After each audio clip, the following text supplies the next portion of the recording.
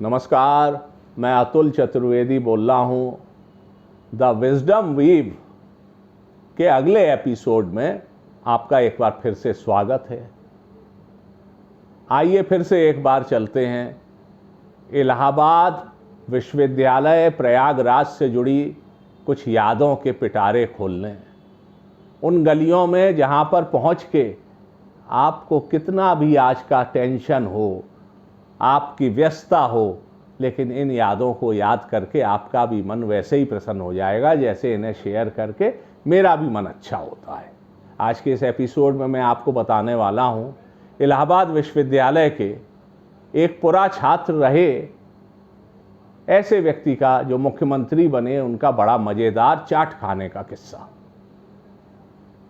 एक और आपको मैं बताने वाला हूँ इलाहाबाद से ही जुड़ी एक ऐसी शख्सियत और उनके बेटे जो बहुत बड़े फिल्म स्टार हुए, उनसे उनके चुनाव से जुड़ा एक किस्सा।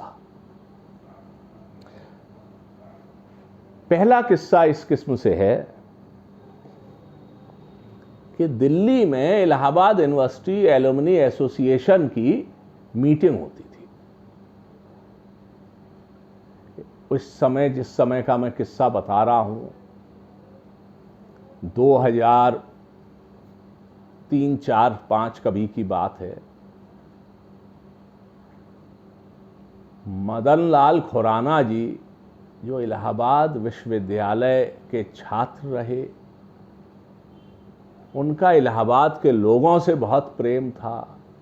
उनकी राजनीतिक जर्नी हम लोगों को मालूम है कि वो भारतीय जनता पार्टी के बड़े नेता थे, दिल्ली के मुख्यमंत्री रहे, केंद्र में मंत्री रहे, राजस्थान के राज्यपाल रहे, लेकिन एक बहुत ही सादगी वाले और जैसे इलाहाबाद के अच्छे सीनियर होते हैं वैसे व्यक्ति थे। तो ये इलाहाबाद यूनिवर्सिटी एलुमनी एसोसिएशन की दिल्ली में एक मीटिंग, गेट टुगेदर और चाय नाश्ता किस्म का इंतजाम था, जो कि मदन लाल खुराना जी के सरकारी आवास पर ही था। लोग सपरिवार गए हुए थे, मैं भी सपरिवार गया था। मेरी बिटिया ऐश्वर्या उस समय 12-13 साल की या 11-12 साल की थी। हम लोग वहाँ मिल रहे थे, घूम रहे थे, चाट खा रहे थे, लोगों से बातचीत हो रही थी। तो मैं अपने कुछ साथियों के साथ खड़ा हुआ बात कर रहा था कि मेरी बेटी पीछे से आई और उसने कहा, पापा अभी बड़ा मज़ा आया कि वहाँ चाट के स्टॉल पर एक बहुत बुढ़े से बुजुर्ग से अंकल गोलगप्पे खा रहे थे। जब तक मैं कुछ समझूं कुछ हूं, पीछे से आवाज आई कि बेटा वो बुढ़ा अंकल मैं ही हूं। और हम लोग क्या देखते हैं कि मदन लाल खुराना सर हंसते हुए और बच्ची के सिर पे हाथ फेरते हुए हम लोगों के बीच में आ खड़े हुए और उन्होंने मुस्कुराते हुए कहा कि बेटा मुझे गोलगप्पे बहुत पसंद है, वो गोलगप्पे खाने वाला बुढ़ा अंकल मैं ही हूँ। ये उनकी सहजता थी। फिर हम लोगों से बहुत देर बात होती रही, मुझे 2-4 बार उनसे मिलने का सौभाग्य प्राप्त हुआ। लेकिन मैं आपको बता रहा हूँ कि ऐसे कई जनरेशन के सीनियर्स जूनियर्स मिलते थे, मिलते हैं और आपस में सहजता से अपने सारे पदों को भूल के, कौन बड़ा है, किसने जीवन में ज़्यादा प्राप्त किया, किसने कम प्राप्त किया, कौन अभी नया नया यूनिवर्सिटी में आया है, सब भूल के सब ऐसे सहज होके मिलते थे। और ये मदन लाल खुराना सर का ये जो एपिसोड है, जो लगभग 20 साल हो गए, लेकिन हम लोग अब भी जब याद करते हैं तो हंसी आए नहीं, ऐसा हो नहीं पाता। इलाहाबाद का हम लोग सब जानते हैं, सब सीनियर से बात होती थी। जब खाने पीने की चर्चा हुई तो खुराना सर से भी बातचीत होती रही। जगराम हलवाई की दुकान जो जगराम चौराहे पे अब तो 3 भाग में बट गई है, उसका खीर कदम, उसका मिल्क केक।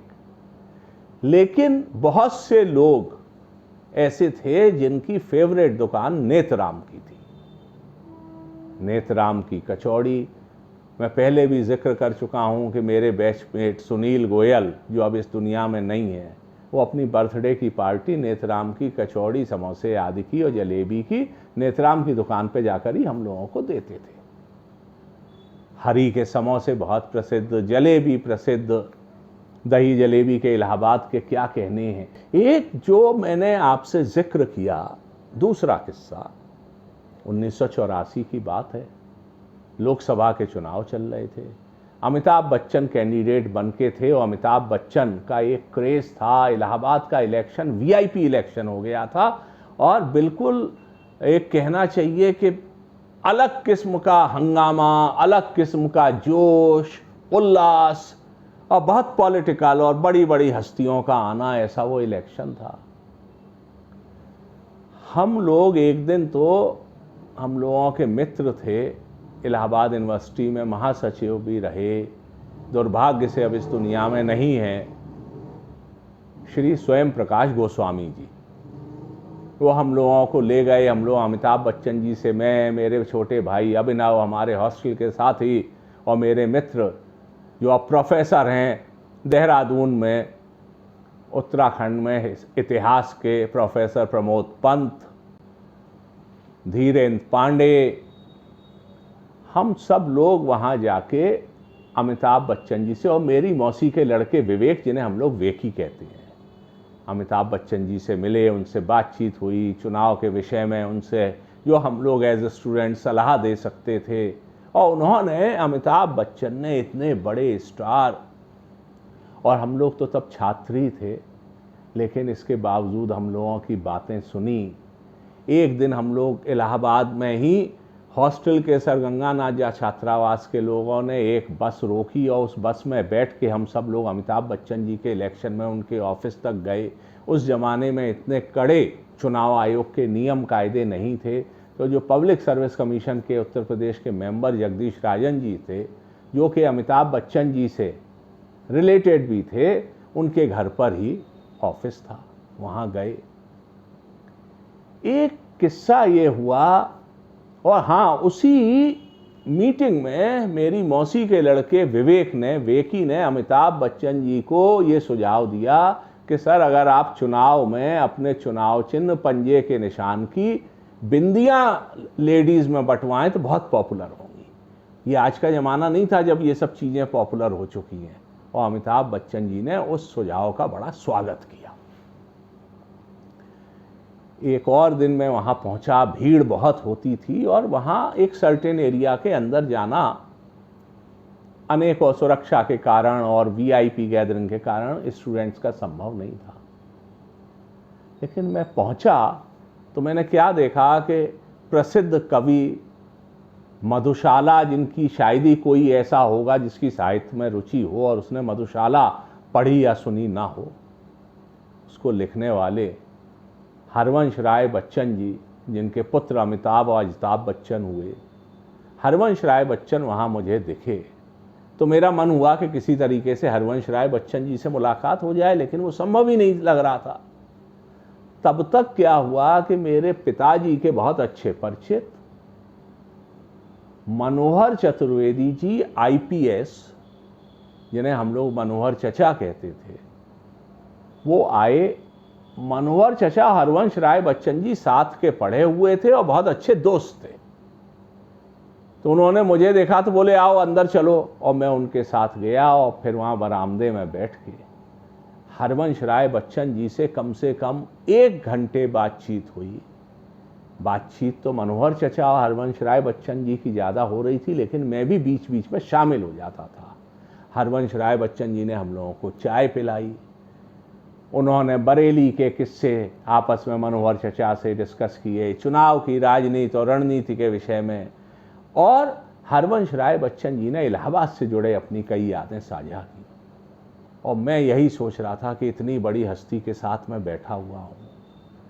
अमिताभ बच्चन जी बहुत बड़े कलाकार हैं, एक्टर हैं, लेकिन मुझे ये कहने में कोई गुरेज नहीं है कि साहित्यकार और इलाहाबाद यूनिवर्सिटी के प्रोफेसर रहे होने के कारण और अपने पिताजी आदि से उनके विषय में मैंने सुना था, मेरी निगाह में हमेशा हरवंश राय बच्चन जी का स्थान ऊंचा रहा और अमिताभ बच्चन उनके लायक पुत्र के ही रूप में रहे। बाकी पिता तो पिता ही था। ये याद हरवंश राय बच्चन जी के साथ थी। उस चुनाव का नतीजा तो हम लोगों को मालूम ही है कि अमिताभ बच्चन जीते थे। हम लोगों के हॉस्टल के ही सीनियर, अब वो भी इस दुनिया में दुर्भाग्य से नहीं है, श्री देवी प्रसाद त्रिपाठी सर, जिनकी विद्वता की सानी नहीं थी, न जाने कितनी भाषाएं आती थी, आँख में उनके समस्या थी, ठीक से दिखता नहीं था, लेकिन उन्होंने जेएनयू में जाके भी झंडे अपने फहराए। श्री डीपी त्रिपाठी सर, जो जेएनयू के छात्र संघ के अध्यक्ष भी रहे थे और फिर इलाहाबाद में पॉलिटिकल साइंस डिपार्टमेंट में पढ़ाने आ गए थे। बाद में वो राजनीति में चले गए, राजीव गांधी जी के सलाहकार रहे, भारत के प्रधानमंत्री के, और बाद में शरद पवार जी के साथ गए और राज्यसभा के सदस्य भी रहे। यहाँ उनका जिक्र ये है कि डीपी त्रिपाठी सर अमिताभ बच्चन के इलेक्शन के मुख्य रणनीतिकारों में थे, और मैंने अमिताभ बच्चन और उनके छोटे भाई अजिताभ बच्चन, बाकी लोगों की तो कहूँ क्या, उनको डीपी त्रिपाठी सर के पीछे भागते कि डीपी त्रिपाठी जी टाइम दे दें, क्योंकि वो बीच बीच में अमेठी भी जाते थे। ये मैंने नज़ारा देखा कि उनकी विद्वता के सब कायल थे, उनकी रणनीति के सब कायल थे, और डीपी त्रिपाठी सर जिनसे मिलने को ये बड़े बड़े सितारे पीछे जा रहे थे, और उन पर समय है या नहीं, हम लोग हॉस्टल के जूनियर होने के नाते अपना हक समझते थे। और डीपी त्रिपाठी सर किसी पद पे रहे हों, कहीं रहे हों, लेकिन सर गंगानाथ झा छात्रावास का कोई भी जूनियर चला गया तो डीपी त्रिपाठी सर सब काम छोड़ के पहले उससे मिलते थे, उससे बात करते थे, उसकी बात सुनते थे। ऐसी न जाने कितनी यादें हैं इलाहाबाद की।